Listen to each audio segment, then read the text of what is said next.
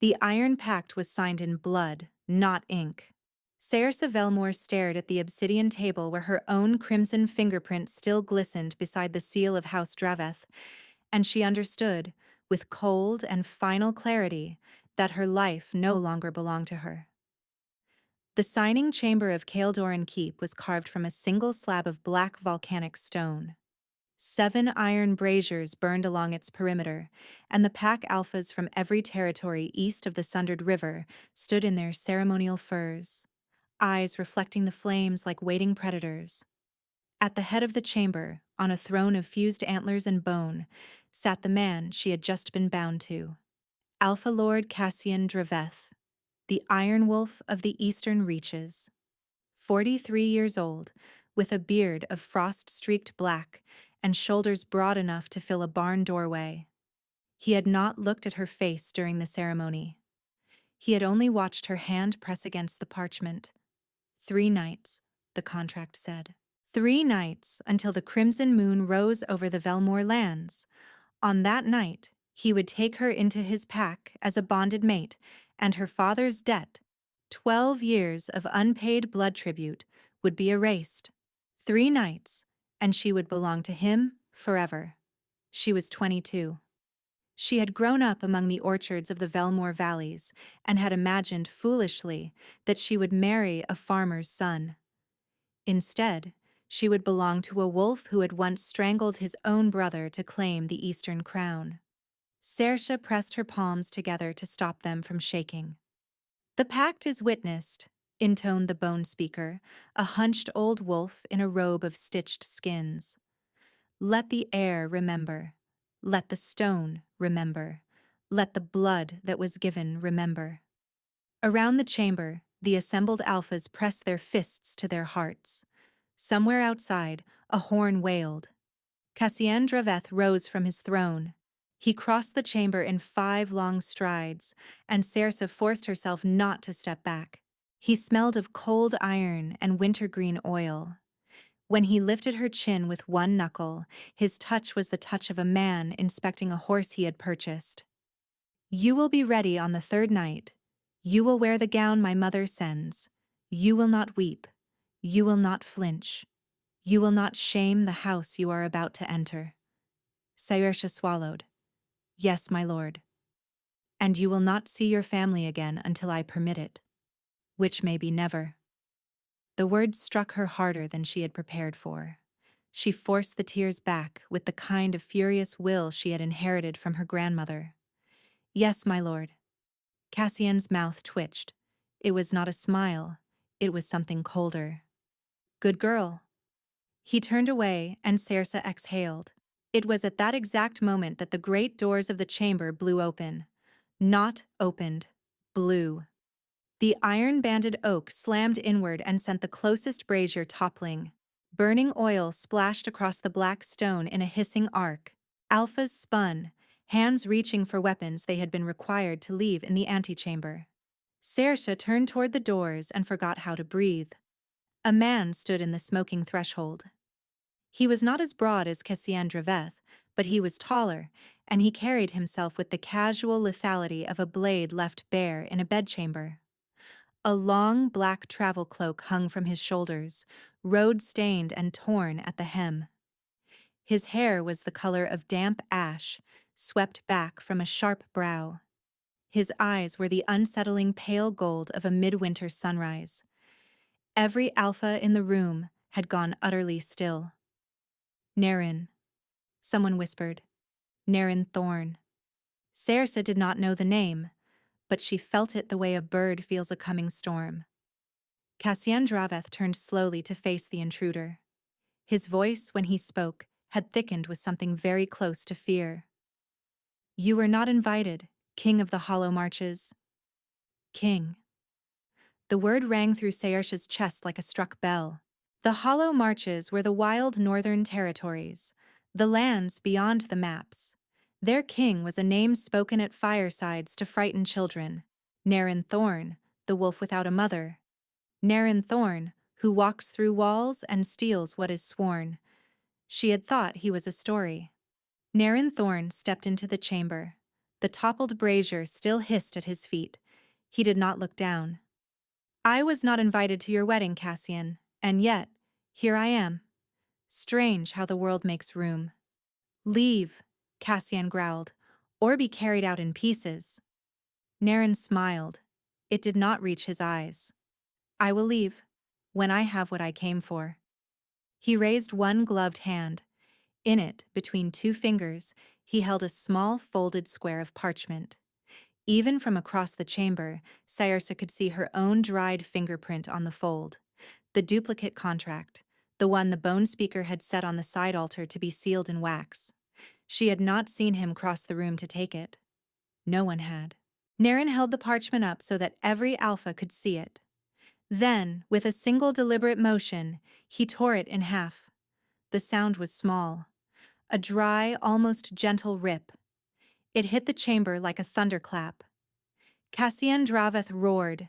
He lunged across the chamber with a speed that did not belong to a man his size. Naren Thorne did not move. Cassian stopped, mid-stride, 4 feet from the intruder. His jaw worked. The veins in his neck stood out like cords, but he did not, could not, close the distance. Saoirse realized with slow horror that there was a circle of frost spreading on the black stone around Naren's boots. The fire in the nearest brazier had dimmed to embers. The very air around him had gone cold and thin. Whatever this man was, he was not only a wolf. Naren let the 2 halves of the contract fall to the floor. The pact is broken. Witnessed by air. Witnessed by stone. Witnessed by blood that has been given but not received. His winter gold gaze shifted, for the first time, to Saoirse.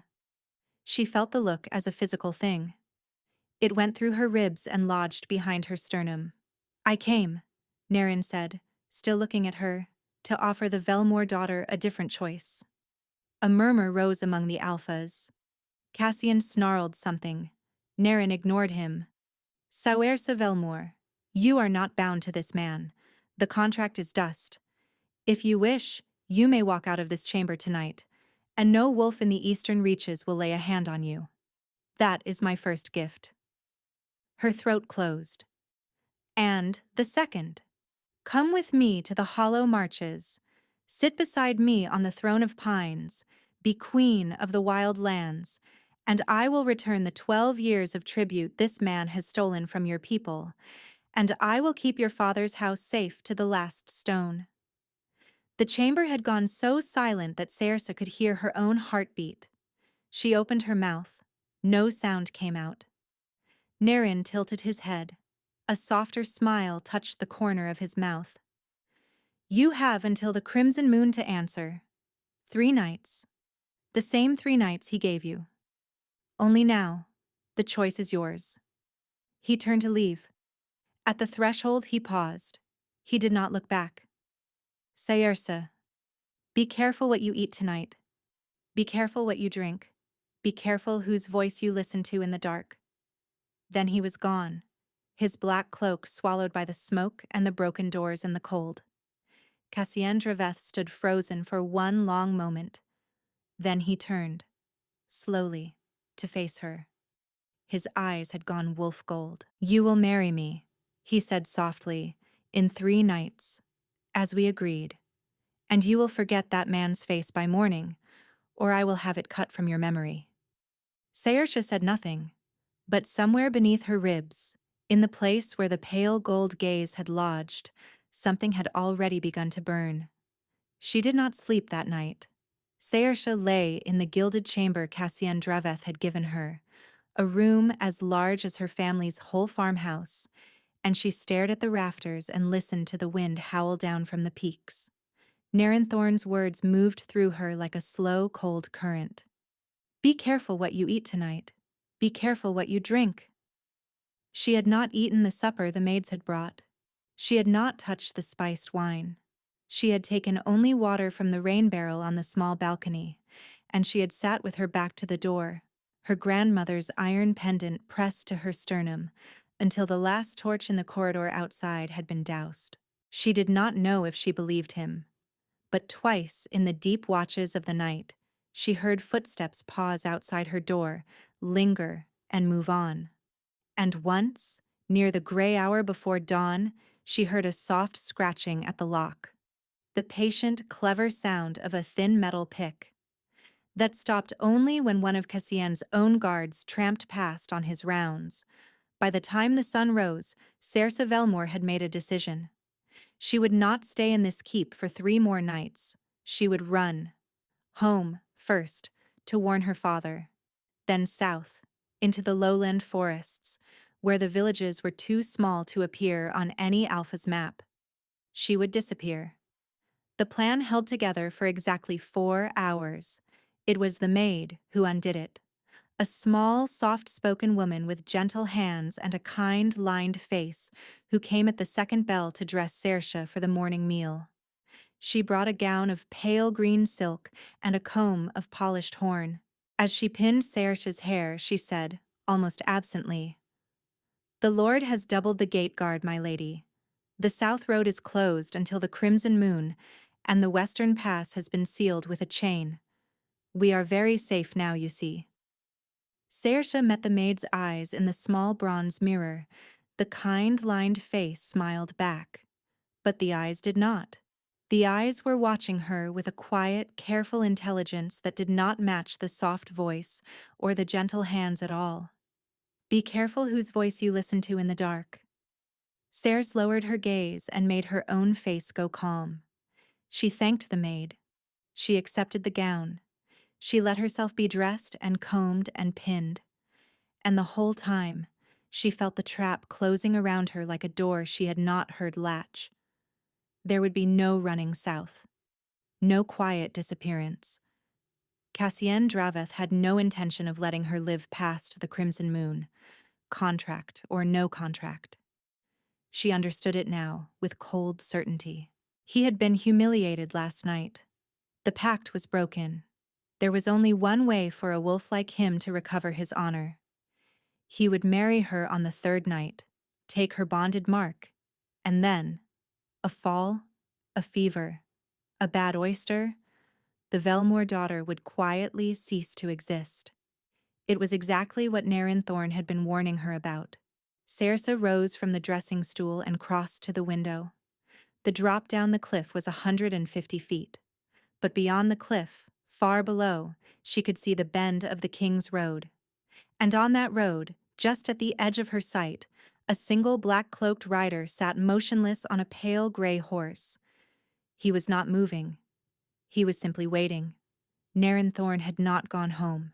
He had ridden out of Caeldoran Keep, stopped within sight of her window, and was waiting to see what she would do. Saoirse closed her eyes. For the first time since the contract had been signed in blood, she felt something other than dread. It was a small thing, fragile as a candle flame in a stone corridor. But it was there, and it was warm, and it would not go out. It was hope. She sat down at the writing desk, drew a single piece of parchment toward her, and began to write. The note took her the better part of the afternoon. Not because it was long, because it had to seem as if it were not a note at all. She wrote it as a list of household provisions, the kind a soon-to-be bonded bride might compose for the keep's steward. Spools of thread, pots of beeswax, 3 measures of dried lavender. But within the list, hidden in the first letter of every 3rd item, was a single sentence in the old Riverland script her grandmother had taught her. "The maid is watching. The drink is poisoned. I will come to the southern wall at the 2nd bell after midnight on the night before the moon. If you are real, be there." She folded the parchment 3 times, slid it into a wax envelope, addressed the outside to the keep's steward, and pulled the bell cord. The maid arrived within a minute. "My lady?" "The steward, please." Saoirse held out the envelope.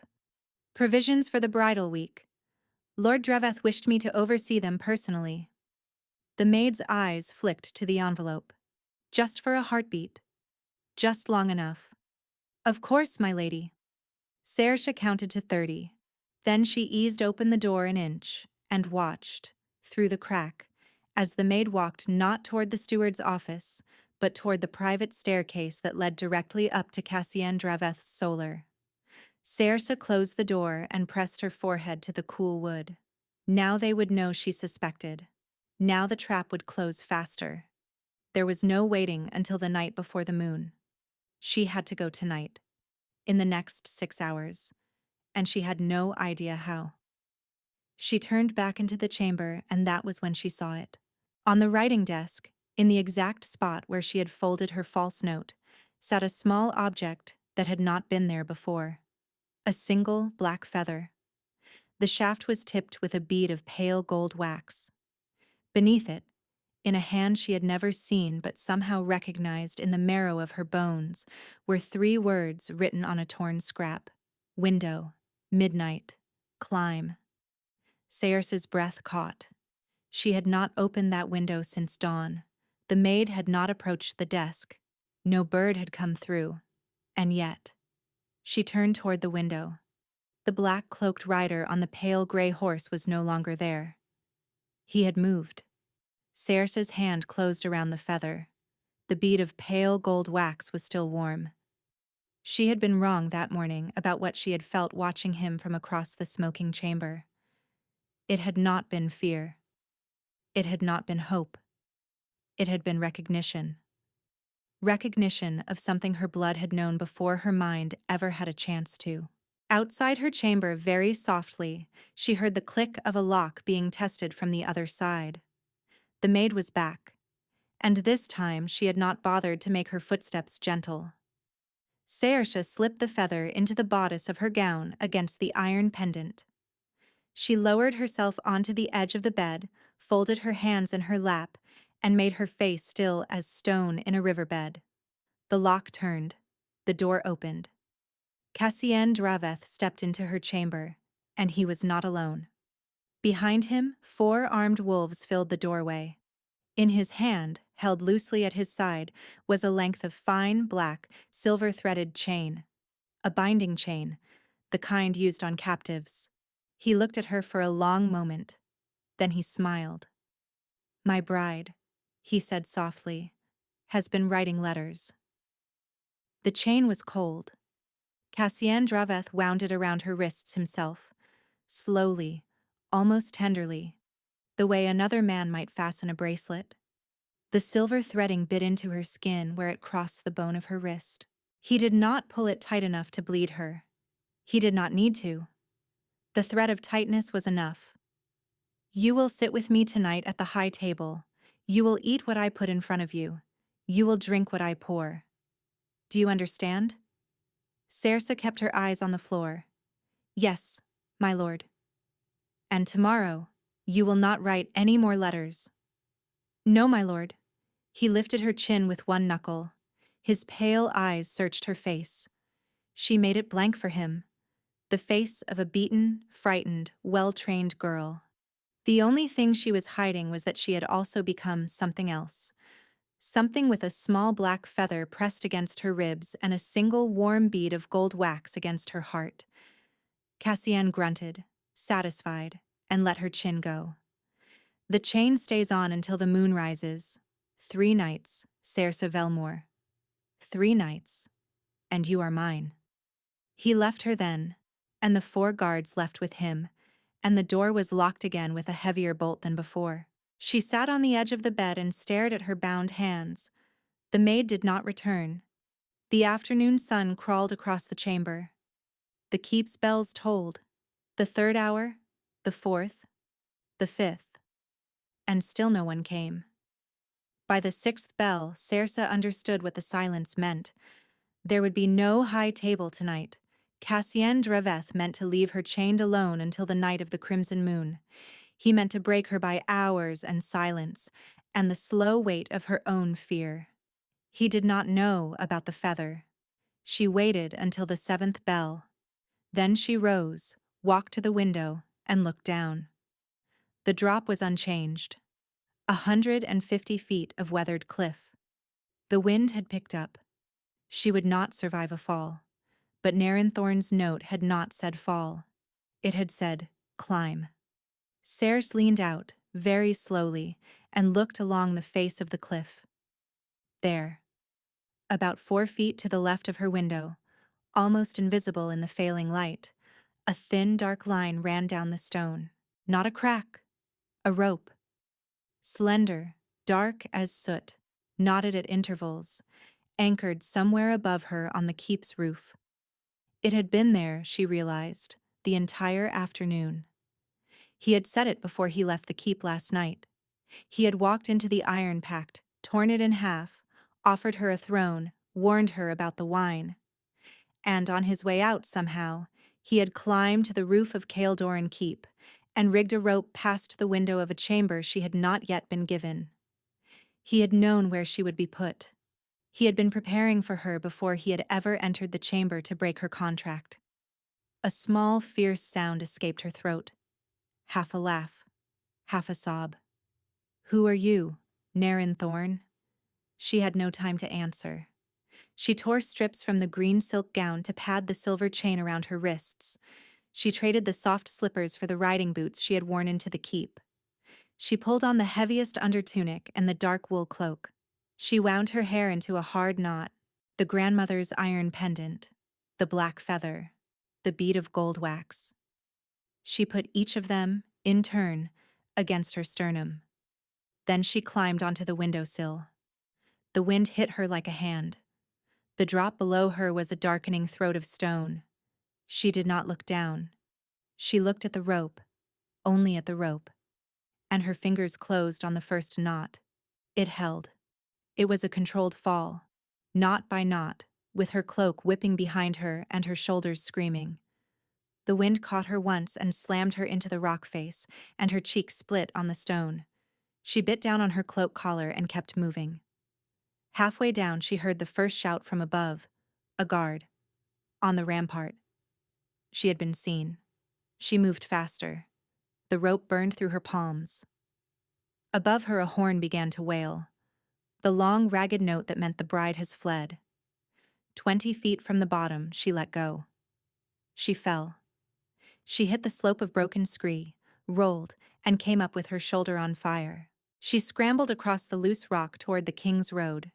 The dusk was nearly full dark. A horse was waiting on the road. Not the pale gray. A black one, smaller, lighter, built for speed. Its bridle was tied to a thorn bush. There was no rider. Saoirse stumbled toward it, half blind with adrenaline and pain, and as she reached for the reins, a voice spoke from the dark behind her. "You came down faster than I expected." She spun. Naren Thorn stepped out of the shadow of an outcrop. He had shed the long travel cloak. He wore only the dark leather harness and a short black tunic, and there was a long curved blade at his hip. He looked at the chain on her wrists, at the blood on her cheek, at the way she was shaking. His jaw locked.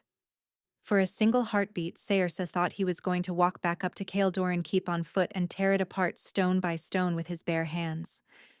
Then he mastered himself, and the look passed, and he was only a man again, holding out a gloved hand. "Can you ride?" "Yes." "With those wrists?" "I have to." He almost smiled. "Yes, you do." He moved toward her, and she flinched. She had been touched too many times today by men who meant her harm, and he stopped at once. He simply stood, 3 feet away, with his hand still extended. "I am going to lift you onto the horse.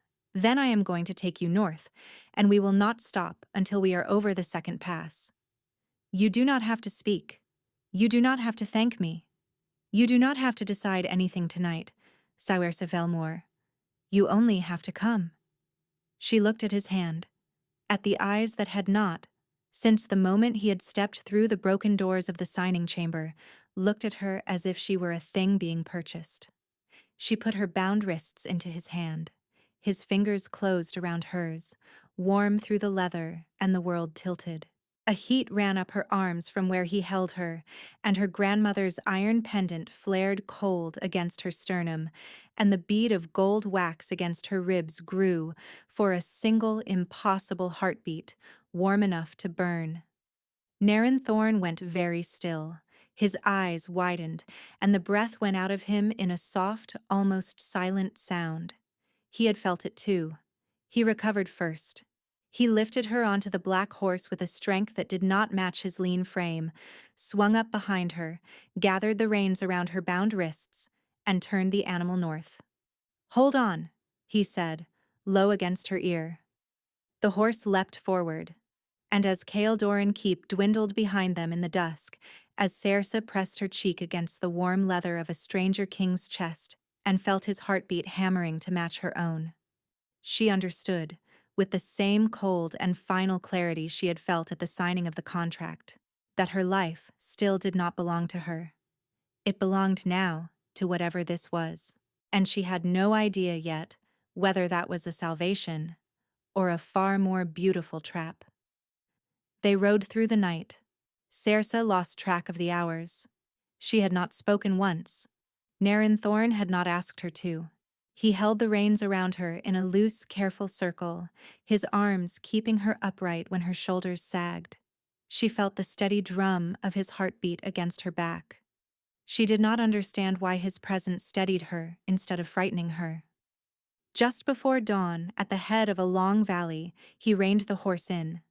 "Here, we rest until the sun is up." He swung down first, then lifted her down, and the moment her boots touched the moss, she felt her knees buckle. He caught her under the arms. He held her there until she could find her feet, and then stepped back the careful 3 feet he had given her on the King's Road. She wiped her sleeve across her face. Her hands were still bound in the silvered chain.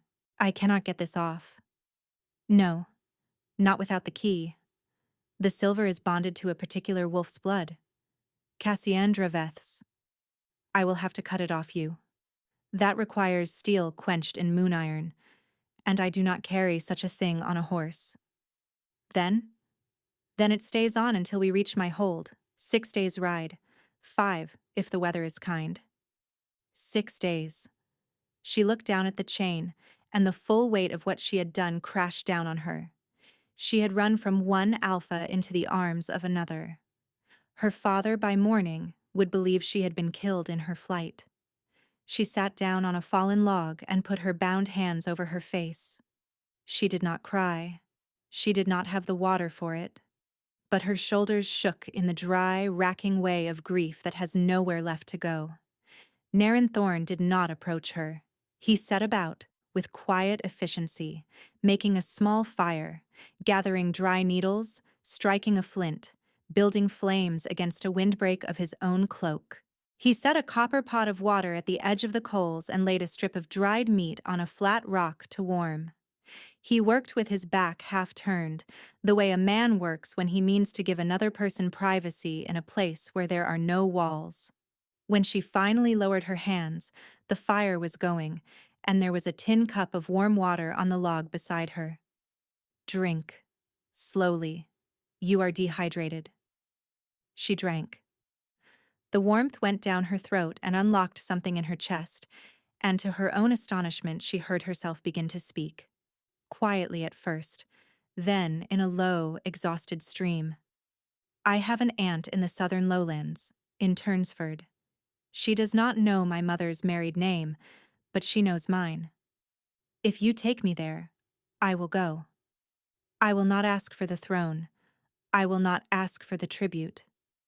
I just want my family safe, and I want to live somewhere small where no one wears furs, and I want to not have to choose between 2 men I do not know." She stopped. Her chest was heaving. Naren Thorn turned the meat with a small wooden skewer. "All right?" She blinked. "What?" "I will take you to Turnsford. After your wrists are free and you have eaten, I will see you safely to your aunt's door. The tribute will be returned to your father regardless. Cassiandra-Veth's hold over your family ends tonight, whether you sit beside me on the throne of pines or not." She stared at him. Just like that. Just like that. "Why?" He looked at her across the fire. "Because the offer I made you in the signing chamber was not a contract, Saoirse. It was an invitation. An invitation can be refused. You are free of him. You are also free of me, the moment you say so. That is the difference." She felt her throat close. Most men do not know that difference. Most men are why we needed the difference in the first place. He turned back to the meat. The dawn was coming. Last night, she said carefully, in the chamber Cassian gave me. The feather, the rope. How did you? I will tell you, but not yet. Why not? Because if I tell you now, you will be more frightened of me than you already are, and I do not want you frightened of me on the second day of a 6-day ride. She let out a small, surprised breath that was almost a laugh. That is not very reassuring. No, but it is honest. He brought the strip of meat across the fire and laid it beside her cup. He crouched close for a moment, and she could see, in the rising gray light, a small fine scar that ran from the corner of his left eye down into his hairline. The kind of scar a child gets from a thrown stone. Eat. Sleep an hour. I will keep watch. He rose to leave. Naren. He stopped. She looked down at her bound wrists. When you held my hand on the road, you could have lifted me up in one motion. You did not. You waited for me to give you my hands. Why? He was quiet for a long moment. Because I have spent a long time not being the kind of man who takes. He walked away from the fire, into the trees, and Saoirse Velmore sat alone with her bound hands and her warm meat, and her small piece of unspeakable hope. And she understood, for the first time in her life, what it felt like to be offered something that was not a price. She slept. She did not mean to, but the warmth of the fire and the absence of any voice telling her to rise undid her. When she woke, it was full morning, and she was wrapped in Naren's travel cloak with her head pillowed on a folded saddle blanket. He was sitting against a tree, 10 paces away, sharpening the curved blade. He had not touched her. The cloak had been laid over her. The saddle blanket had been slid under her head. But the careful 3 feet had not been crossed. She sat up slowly. Her shoulder was on fire. Her cheek throbbed. How long? 4 hours. Longer than I planned. But you needed it. Is he coming? Cassian? Naren slid the blade back into its sheath. He sent 12 riders south on the King's Road at the first bell, toward Turnsford. Someone told him you have an aunt there. Her stomach went cold. How? The maid. She has been in his pay for 3 years. It is how he knew where to put you in the keep. It is how he knew when you were writing. A faint, dry smile. She also did not deliver your provisions list to the steward. She read it. She would have shown it to him if she had been able to read the Riverland script. Fortunately, she cannot. She showed him a list of beeswax and lavender, and he beat her for wasting his time, and she went to bed with a swollen eye and a fresh resentment. And that is part of how I know everything I have just told you. She stared at him. You have a spy in the keep. I have an interested party who has been watching Cassian Draveth and who reached out to me 11 days ago when she heard the terms of the Iron Pact. 11 days ago. My father did not finalize the contract until 8 days ago. I know. Then how? Because Cassian Draveth wrote the contract 3 years ago. He has been waiting for you to come of an age where the 7 alphas would witness it. He has been hunting you in the slow way that wolves hunt since you were 19 years old. The trees seemed to pull back a little. That is not possible. I never met him before this week. Your grandmother's pendant, Saoirse. The iron one you wear under your gown. Her hand flew to her sternum. The pendant was warm against her skin. What about it? Where did your grandmother get it? She always said it was her mother's. From before the Riverlands Wars. From the old country. Yes. The country your great-grandmother fled, with her infant daughter, when its last queen was killed. Saoirse's mouth had gone dry. What are you saying? That the iron in that pendant is not iron. And the family you think you come from is not the family you come from. And Cassian Draveth was not buying a debt bride 3 years ago. He was buying the last living daughter of a bloodline that ought to have ended 100 years ago, and which would, if anyone ever found her again, have a stronger claim to the throne of pines than I do. Above them, very high up, the hawk was wheeling. It cried once. The horn of Caeldoran Keep, far behind them, answered. Naren rose smoothly to his feet. His hand went to the hilt at his hip. Get up, slowly. The riders have turned around. They are coming north now, 6 miles behind us, and they have a tracker who is better than I would like. Saoirse rose, her bound hands shaking. Naren. I will tell you the rest tonight. I swear it.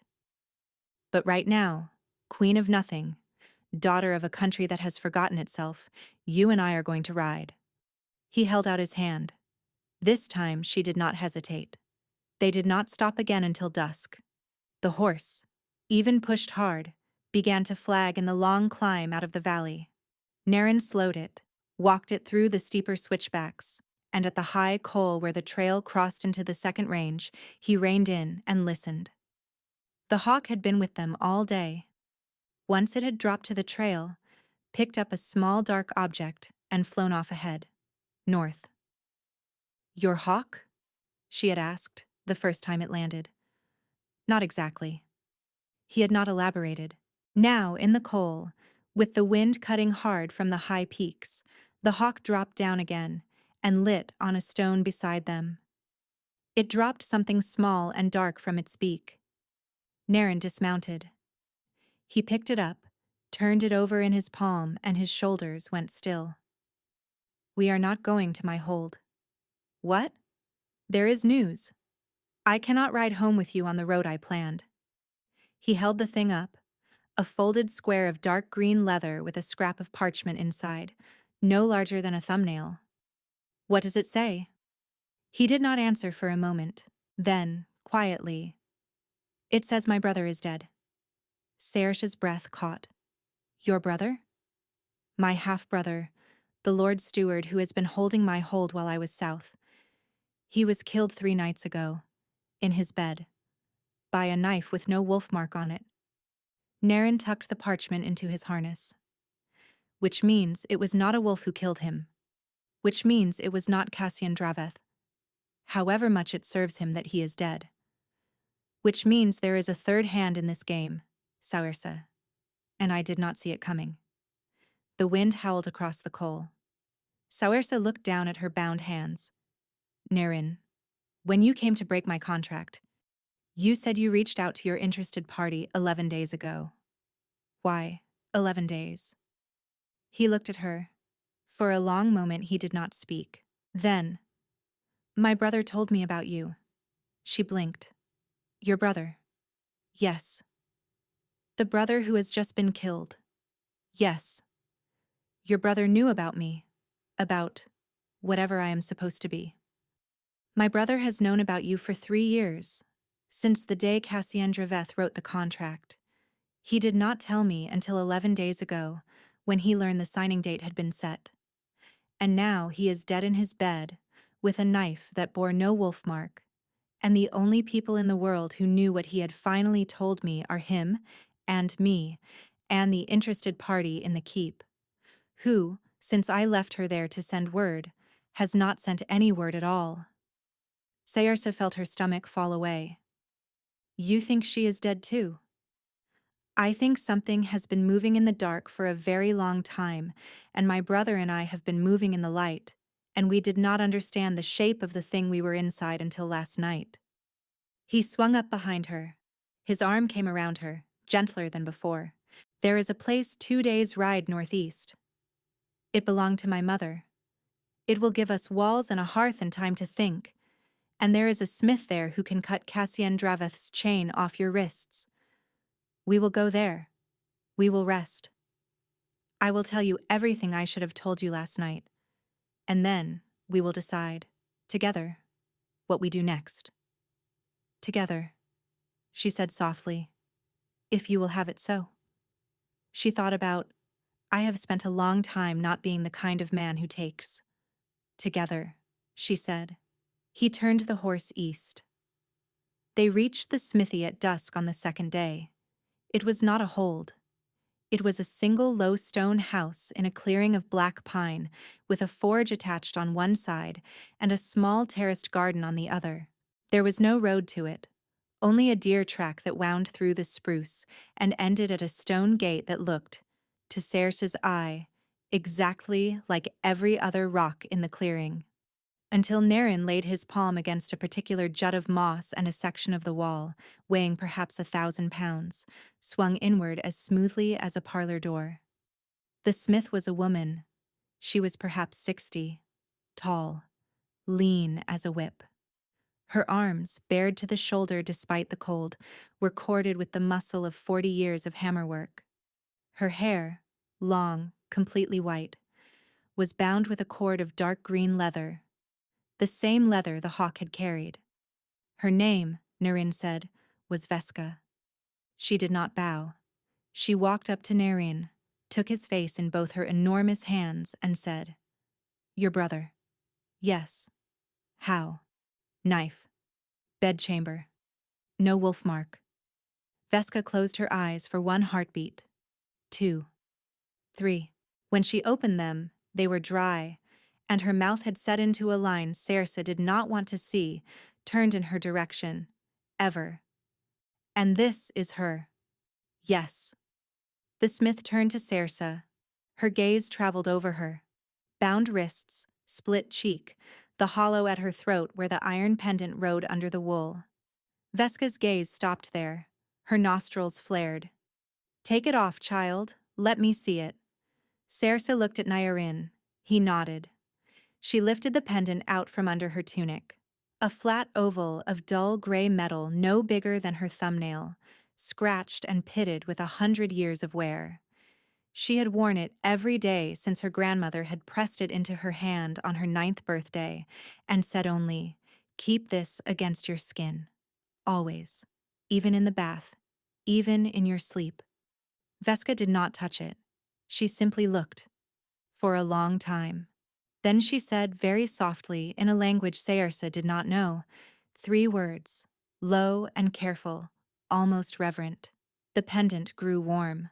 Not the steady, comfortable warmth Cersei had felt all her life. A different warmth. A pulse.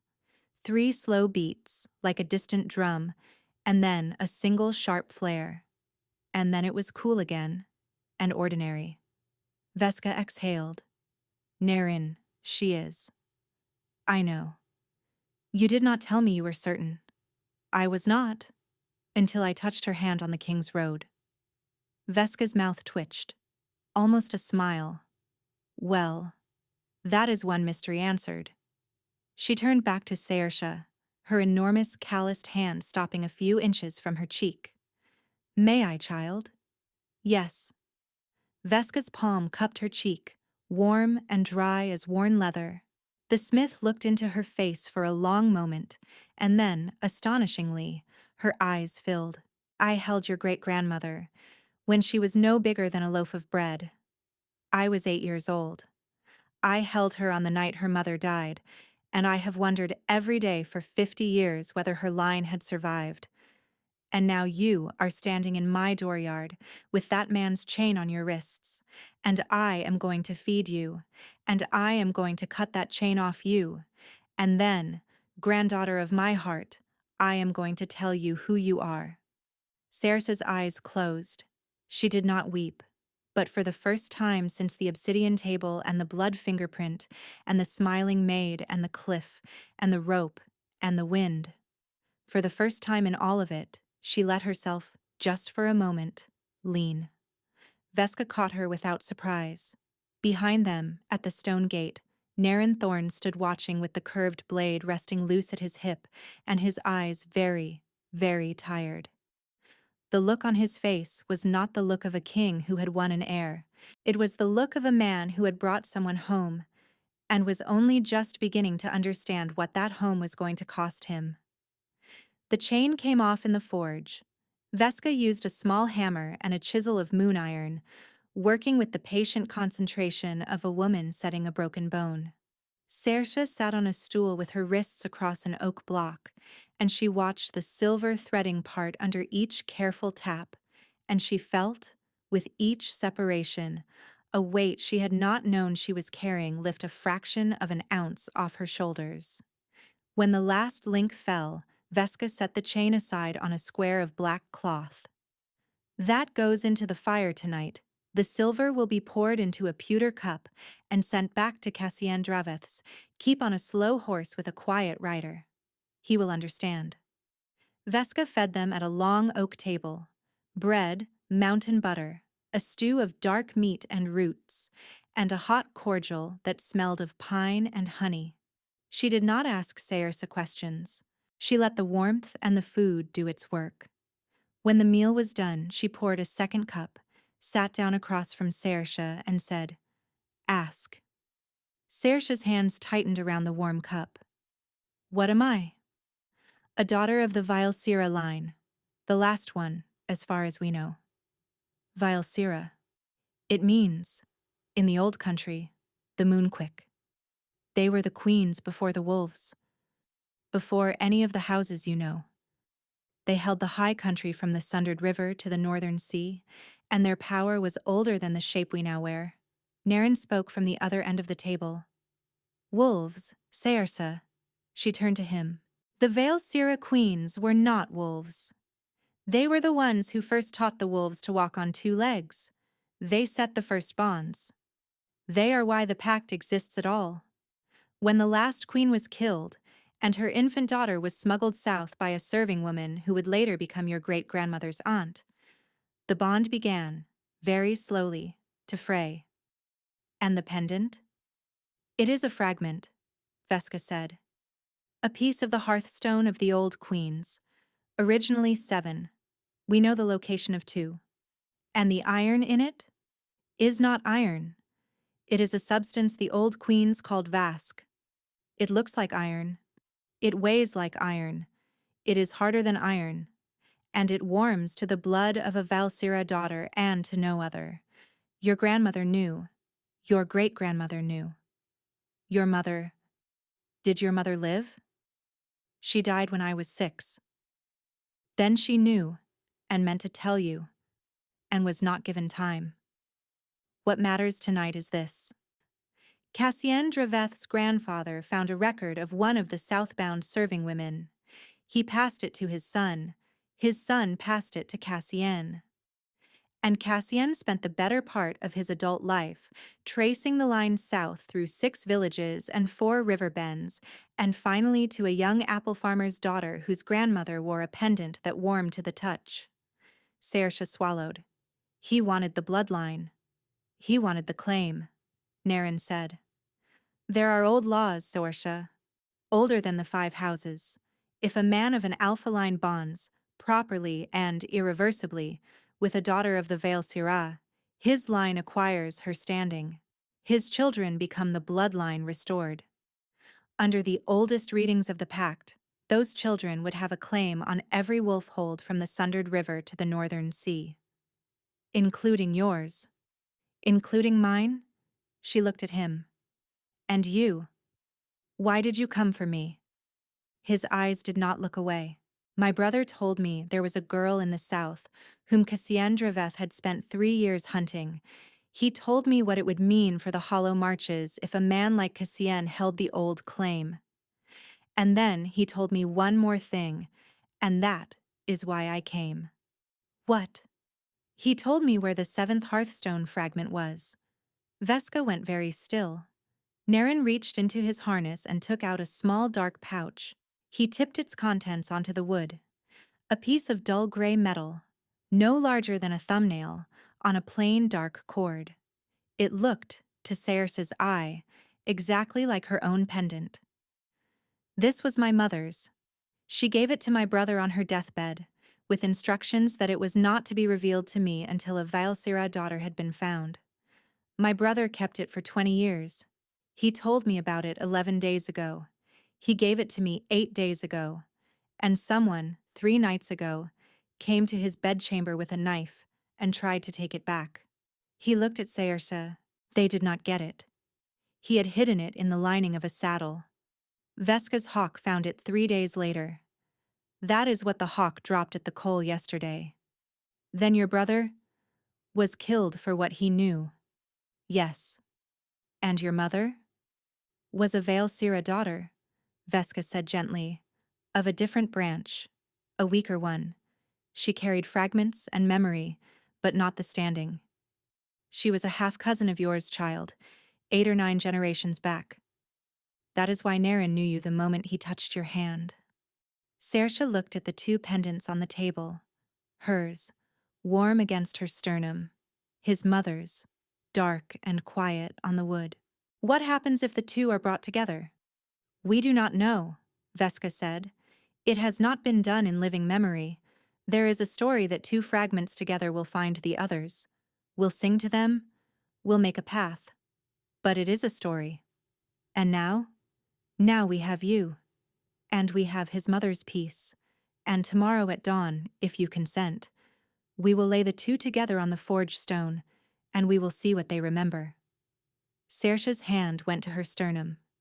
And if it works, then we will know where the other 5 lie. And that is not a small thing, Saoirse, because somebody else is also looking for them. Somebody who killed my brother 3 nights ago. Cassian Draveth was a piece on the board.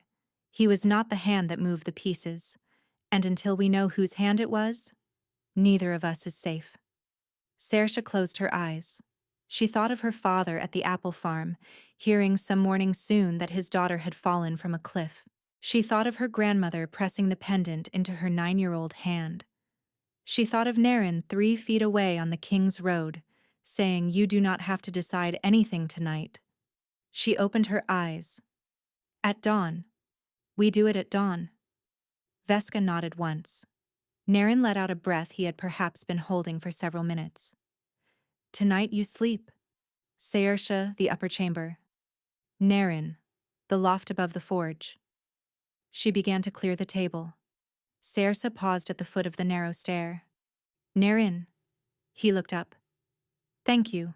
For the meat. And the cloak. And the careful 3 feet. Something passed across his face. He inclined his head. Half a bow, half something older. Sleep, Saoirse Velmore. She climbed the stair. Behind her, Veska said something low to Naren in the old country tongue. Saoirse did not understand the words, but she heard the urgency, the warning, the love, and she understood that whatever the smith was telling the king, it was about her, and it was not entirely good. She paused on the second step from the top and listened. She heard Veska say 3 words she did not know, and she heard Naren Thorne, after a long pause, answer with a single word she did know, a word that was the same in every tongue ever spoken between people who had loved each other and lost. Yes. Saoirse climbed the rest of the stairs in the dark. Outside the small upper window, the first edge of the crimson moon was rising over the eastern peaks. She lay down on the narrow bed, fully clothed, boots still on. Sleep took her almost at once.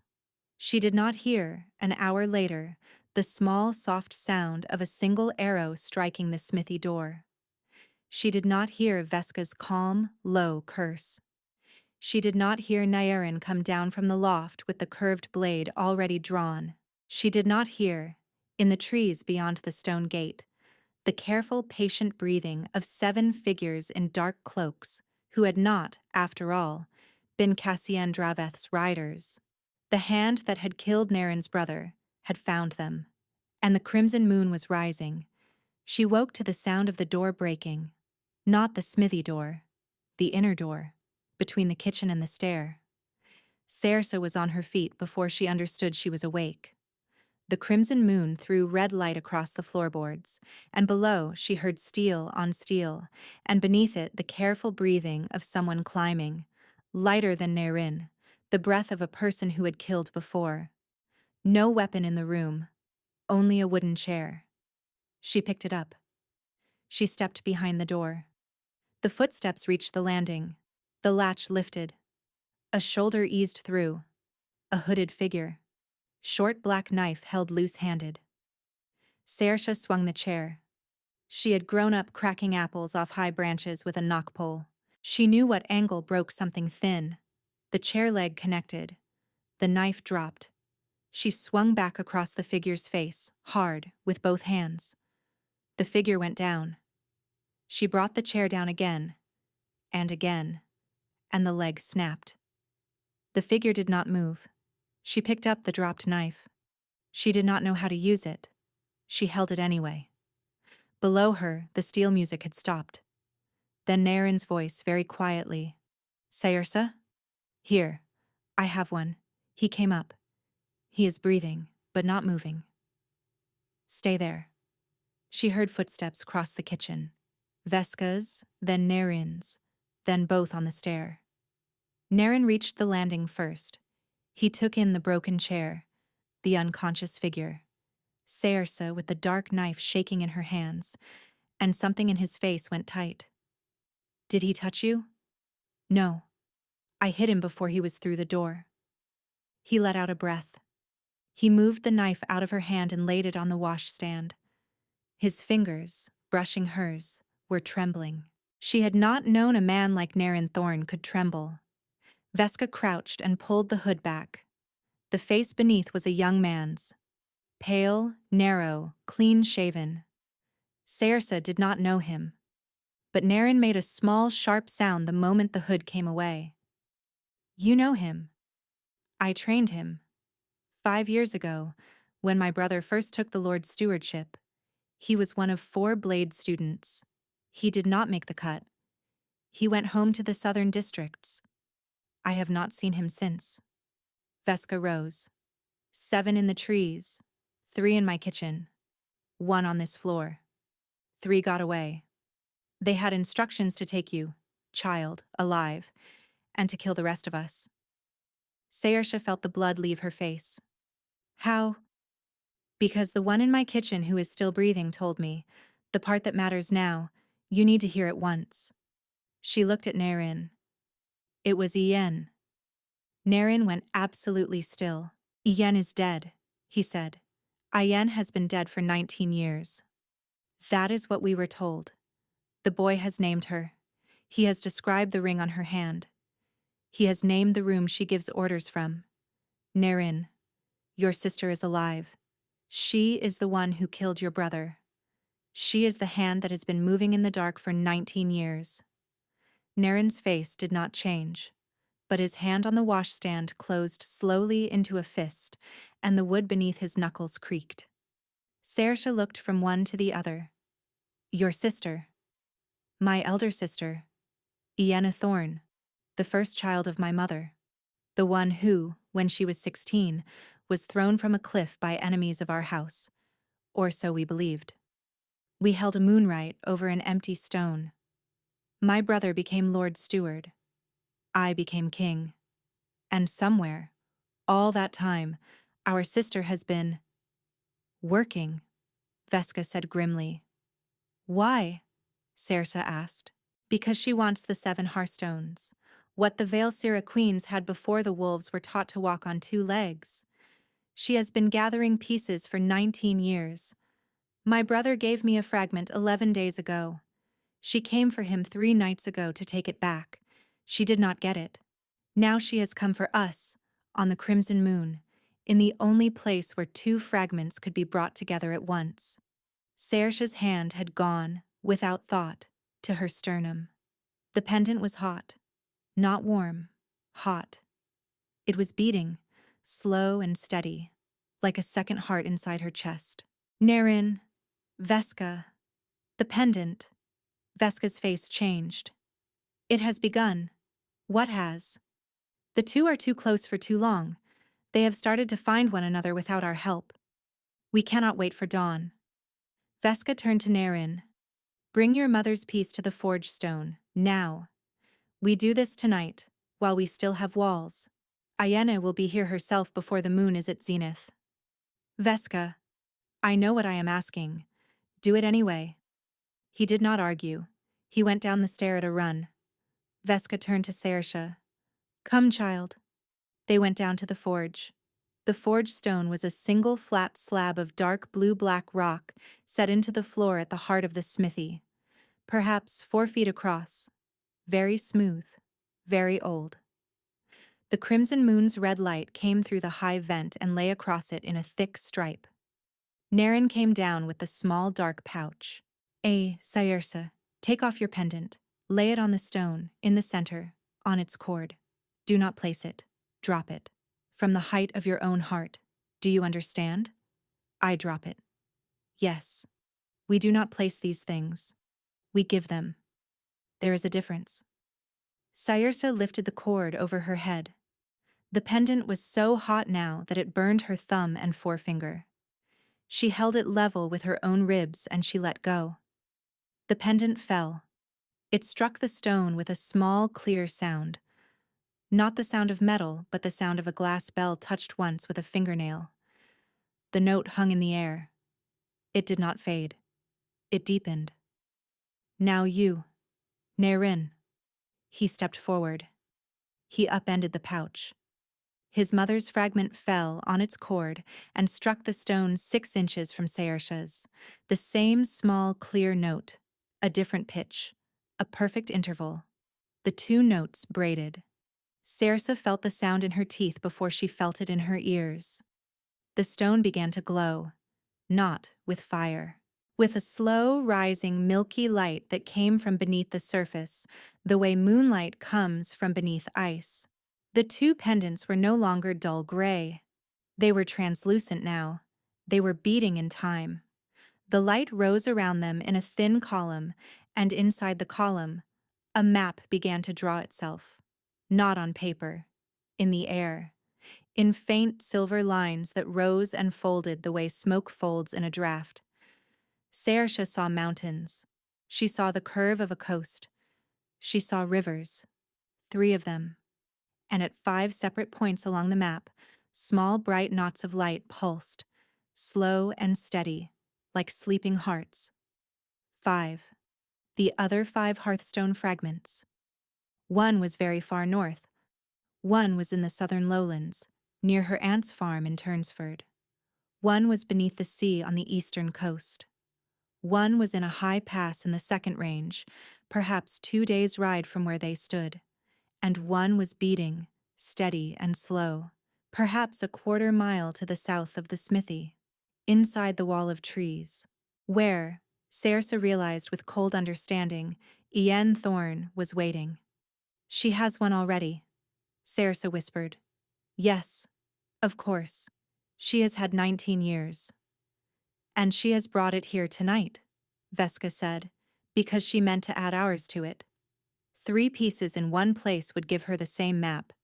She would not have needed you alive. She only needed your pendant in her hand. The map pulsed once, slowly, and held. Sairsa stared at it. She thought of Cassian Draveth, who had only wanted the claim, who was not even on the board of the real game. She thought of her great-grandmother, smuggled south as an infant. She thought of her father, who would never hear from her again unless she lived through this night. She lifted her chin. Naren, Veska, listen to me. They both looked at her. She was, she realized, no longer shaking. She has come here for me, for the pendant. If we run, she follows and she catches us. But if I go out to her with the pendant in my hand, she will not kill me. Not at once. She will want to know how the map drew itself. She will want to take me apart slowly in a room with a door. Sairsa. Naren's voice was flat. No. Listen. She turned to Veska. How many of her blades are still in the trees? 3. Plus Ian. Plus whatever she brought tonight. Call it 6. Maybe 8. And in this house we have you and Naren and one barely conscious prisoner. Veska's mouth twitched. That is a fair count. Then we cannot win on the ground she has chosen. We can only change the ground. She held out her hand to Naren. Give me the small black knife. I'll walk out with the pendant. I'll tell her I'll give it to her if she lets you and Veska ride out unharmed. She'll agree, because she only needs the pendant. While I'm walking, you and Veska take the back path through the forge garden, ride for the high pass, and reach the fragment that is 2 days northeast before she does. Saoirse. That is the closest one on the map. With 3 pieces, she has a partial map. With 4, she has more. With 5, she is unstoppable. We cannot let her have all 3 pieces in one hand tonight, which is what she gets if you and I both stand here and lose. Saoirse. Nerine. I am not asking you. I am telling you. This is the only way. He stared at her. His eyes had gone almost black. There was something in them she had not, in 3 days, seen. Fear. The fear of a man who had spent a long time not loving anyone and had been ambushed by a girl with a chair leg. I will not leave you with her. Yes, you will. Because if you do not, your brother died for nothing, and Ayen wins the old country. And her voice cracked, and she did not let it stop her. Because 2 nights ago on the King's Road, you said I did not have to decide anything that night, and I have decided this one, and it is mine to decide, and you do not get to take it from me. He closed his eyes. For one long breath, he did not move. Then he opened them, and he stepped across the careful 3 feet that he had kept between them since the first hour, and he took her face in both his hands. His thumbs were rough. His palms were warm. His forehead came down against hers. How long do you need? 1 hour. Get to the back path before she sees you. Ride for the high pass without stopping. By the time she has me to a room with a door, you will be over the coal. And when we have the 4th, you come back for me. And if you are dead, then you finish her with the 4. He kissed her. It was not a long kiss. It was not a soft one. It was the kiss of a man with 1 hour to lose and a lifetime he had not yet been allowed to want. I will come back for you. I know. Veska pressed something into Saoirse's hand, the small black knife. A second smaller fragment of moon iron. For your boot. Press it into the wound when she cuts you. It will slow the bleeding and give you another hour. Thank you, granddaughter of my heart.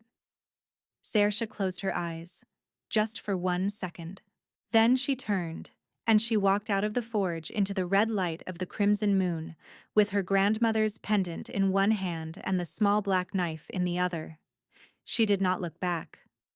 A figure stepped out of the spruce when she was 50 paces from the smithy. A woman taller than Saoirse, lean, in a long, dark coat. The crimson moon caught her hair, the same damp ash color as Nerine's, and the same eyes, slightly older, slightly harder, slightly more amused. Ayen Thorne smiled. Oh, how charming! The little southern apple farmer brings me her pendant herself. Saoirse stopped at 20 paces. She did not bow. She did not speak. She held up the pendant in her left hand, and she held up the small black knife in her right. Call off your blades.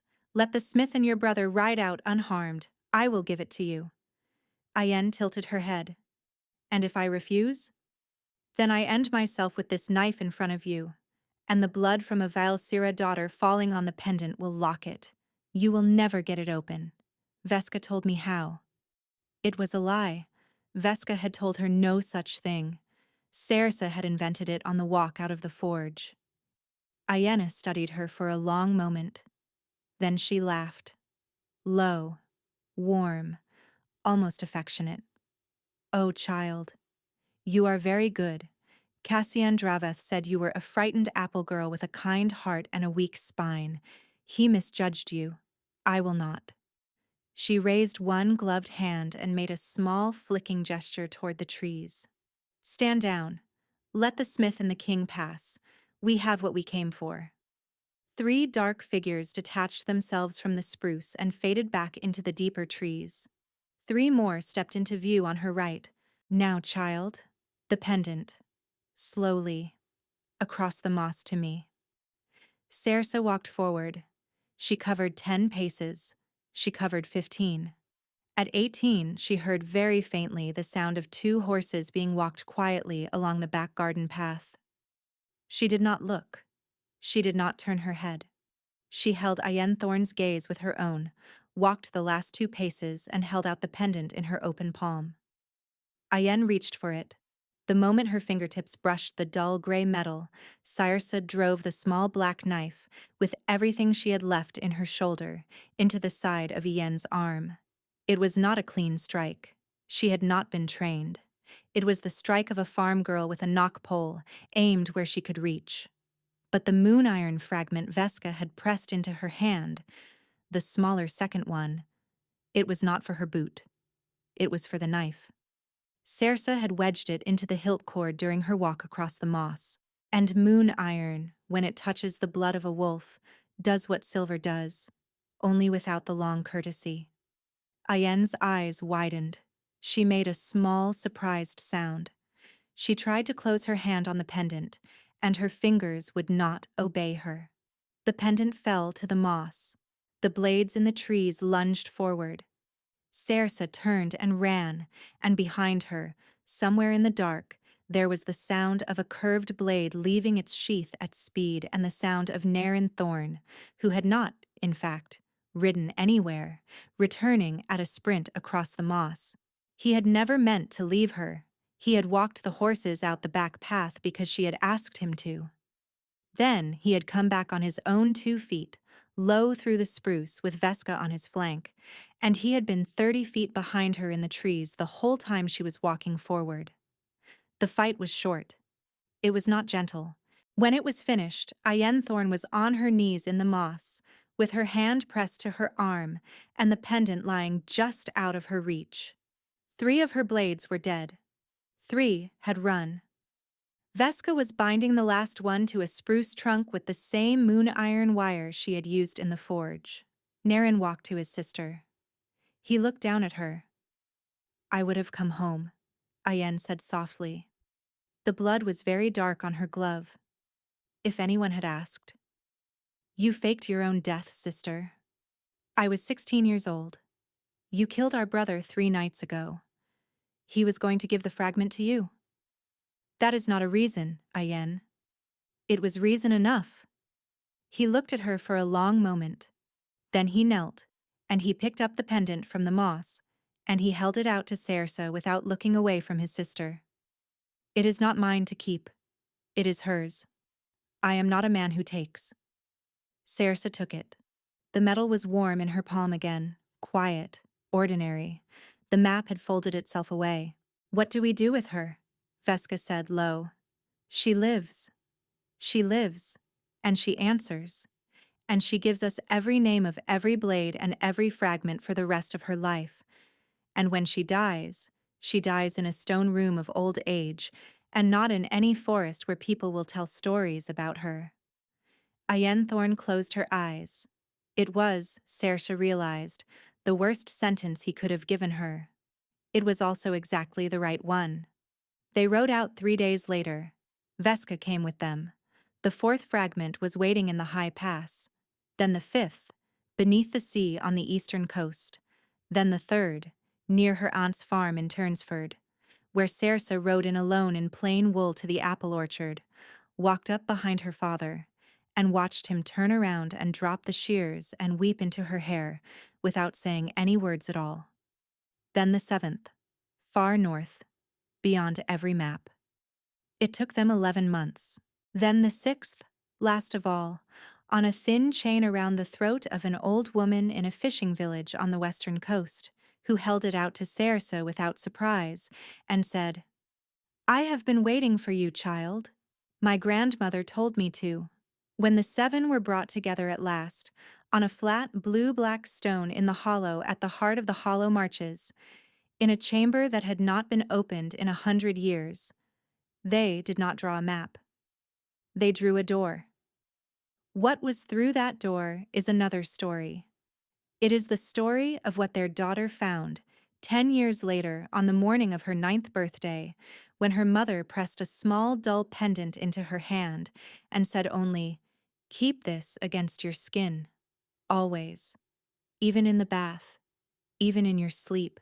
But that night, in the hollow marches, when the 7 fragments lit the chamber with a milky moonlight that had not been seen since before the wolves were taught to walk on 2 legs, that night, Naren Thorn went down on one knee on the blue-black stone, in front of Veska, in front of his bound sister, in front of the assembled wolves of every territory east of the Sundered River, and he held up his mother's piece on its plain dark cord, and he asked Saoirse Velmore, with the careful quietness of a man who had spent a long time not being the kind of man who takes, if she would have him, not as a king, not as a contract, not as a Vaelsira heir bonded to a wolf line for the sake of a claim, as a man. She did not answer in words. She lifted the cord over his head, and she settled the pendant against his sternum, where her own had lived against hers since the day her grandmother had pressed it into a 9-year-old's hand. The chamber filled with light. The wolves howled. And in the orchard at Turnsford, an old farmer who had wept once into his daughter's hair stepped out into the moonlight and felt, against his own old heart, a single warm pulse from a piece of metal his wife had given him on their wedding night, and which he had worn against his skin every day since. The 8th fragment, the one the old queens had kept secret even from themselves, the one that was given in the very beginning, only to those who were chosen by their daughters. He smiled. He went back inside. He banked the fire for the night, and he slept, and he dreamed of apples.